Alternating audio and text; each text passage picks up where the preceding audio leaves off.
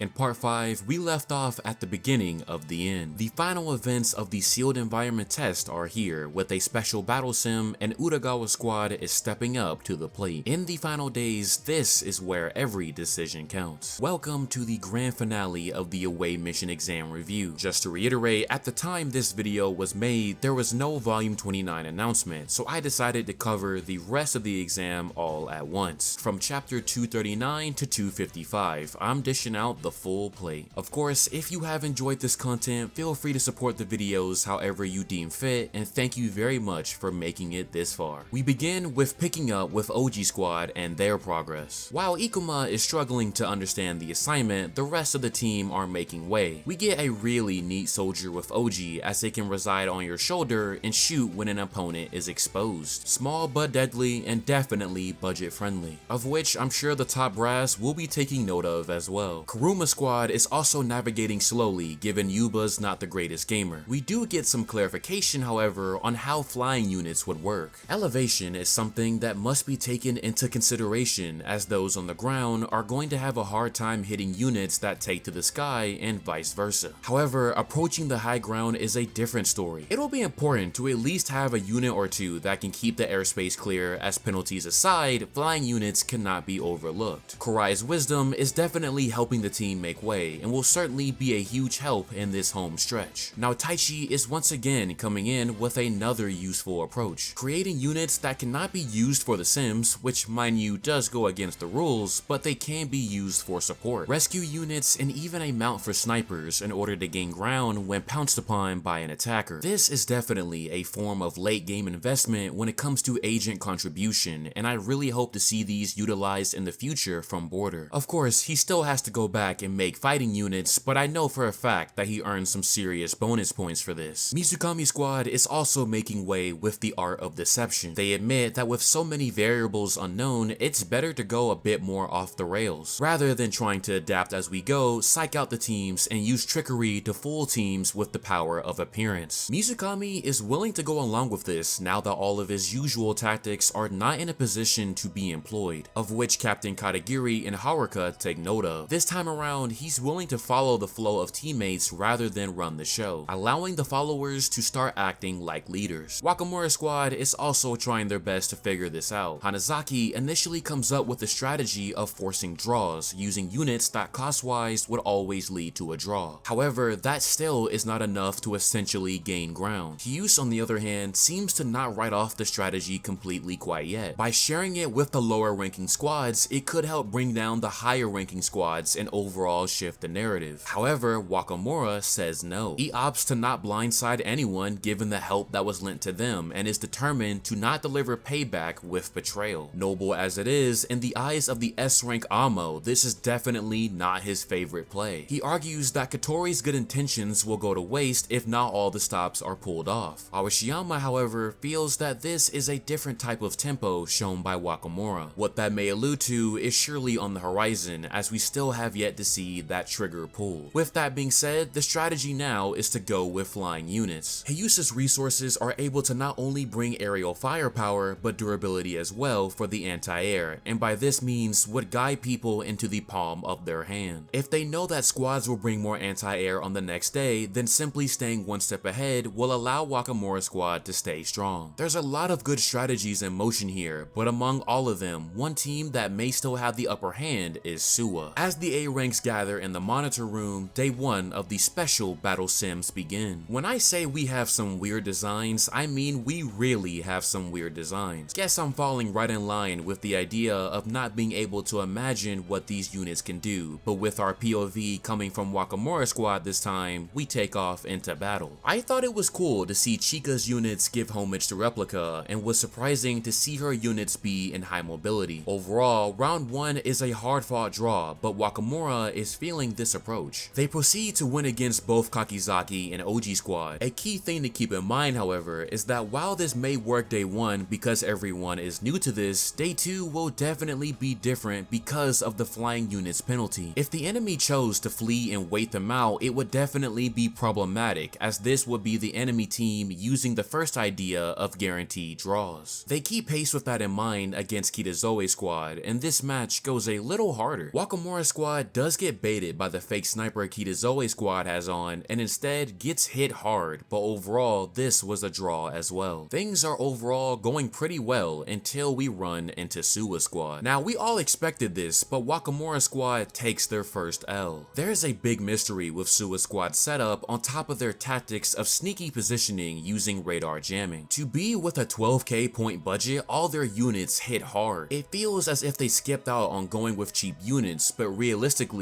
how is such a thing possible knowing the limitations in place? Naturally, he used banks on Mikumo to create such a remarkable strategy. Now with the amount of snipers Suwa squad had, one additional stat to take into account is ammo, leading to the conclusion that in order to maximize firepower but still have a decently sized army, ammo is actually the lowest stat. Hyuse believes that Suwa squad skipped out on the ammo, with the most amount of fire they could produce being only 3 to 4 shots each unit. Of course, that means they could easily end up empty before the turns end. A very high risk and high reward strategy that ultimately succeeds depending if their fleet tactic is doable. This also explains why by the end of the match, only the melee units of the army were still active while the snipers cleared out. The cherry on top was using jamming to keep the overall quantity of units hidden to maximize the surprise potential. This level of intricacy is Mikumo's bread and butter, and Wakamura is stuck deep in thought as to how anybody could think to such detail. The difference between them as captains is night and day, but with the idea out there, they can at least prepare for tomorrow much better. For the rest of the matches, things play out pretty decent as they win against Mizukami squad and draw against Murakami squad. Utagawa squad on the other hand crushes them with a blitz that is so chaotic to get a read on that the match ends on a loss, but on that note comes the day 5 rankings. As far as the sims go, Wakamura squad does rank 4th, but overall they still rank last. One good day unfortunately cannot make up for the poor momentum throughout, though Suwa squad is now sitting cozy in 2nd place. Everyone's pleased with their ideas and approaches, and I really like this moment where the reflection on Chika's unit makes Mikumo think of Replica. Same goes for Kuga, as Utagawa squad is also pleased with their approach, notably Shiki's designs. Over at Team Murakami, Yuko is certainly feeling a little sting, but it's not all that bad. In the end, the squad is one that can remain consistent despite what may come, and while they aren't one to come up with crazy ideas, they can at least prepare for them. Going into the next days, they opt to work on strategies to counter for the counter and so on and so forth. Keeping ahead as much as possible is a fine idea for those who walk a straight path. The A ranks also jump in on this conversation, elaborating on the idea of the captain's approach. Fun fact about Kusakabe squad is that their operator is also their captain. She explains that the results of today are based off of 2 different approaches from captains. The captains who zeroed in on one idea and the ones who made use of everyone's ideas. In the mindset of utilizing multiple ideas, fumbling around with too many thoughts and opinions causes lag, but if the goal is to win, then it's important to prioritize effectiveness. Those who lack a central pillar idea are the ones who ended with more losses, and in that logic, everything checks right on out. This ties back to how Murakami squad was too considerate in the early thought process and really needed one sharp spear to pave the way for tactics. Moving over to Kakizaki squad, though their ranking is on the lower end, Taichi's ideas are coming in clutch, boasting them major points on the special assignment. Despite his lacking in certain areas, he's still pulling through very hard for his team from now till the end. Pulling back to Suwa squad, while they are eating and winding down for the day, Suwa is still keeping the momentum focused on preparing for tomorrow. It's because they are ahead and on a winning streak that they need to focus on keeping it before they have a repeat of the first half of the exams. Now is the time to focus on securing that position, especially when everyone is going to be proactively working on ideas to counter strategies based off today. So once again, Suwa is switching gears, putting the chunk of the group on delegated assignments while Mikumo is to remain on simulation duty. He'll be focused on crafting low effort tactics, ones that will definitely work against some teams, but not worrying about creating strats for every single squad. An approach that is the opposite of Murakami squad. The Nomiya squad is feeling pretty okay about the results of the matches. Emma focuses on the fact that a lot of these teams are diligent. The minute they are beaten, they quickly adapt to the strategies in place in order to counter. However, that's reasonably predictable. It's the ones who ignore the obvious risks that are the ones to look out for, which in this case would be Suwa, Wakamura, and Utagawa. With that said, Nanomiya leaves it up to Emma to take all of this into account and prepare for tomorrow. Mizukami squad is working through the pain as Teruya is not not necessarily pleased about the position nor the fact that Kitazoe's squad used their strategy better. Suwa's strat also seemed to have stomped majority of the team, but all they can do is stick to the plan and at least adjust their unit some. Karuma's squad admits that their strategy today was not so hot, but Kurai is not throwing in the towel yet, and that alone is keeping Yuba motivated as well. Kitazoe's squad is overall opting to go for the draws, but they have a deeper issue looking at the delegated assignments. There's a gap in terms of critical thinking here, and so the squad decides to split up the load with Kikuchihara and Hana taking the first half and the rest of the team taking the back half. However, those questions deal with the fundamentals of Tryon engineering, something in which Hyuse is familiar with. Tamakoma's range of competency has been stuck on Wakamura's mind for a while now. It makes them question whether or not the Tamakoma branch has something special up its sleeve, in which Hyuse declines, stating that what is really in the work there is everyone's capability.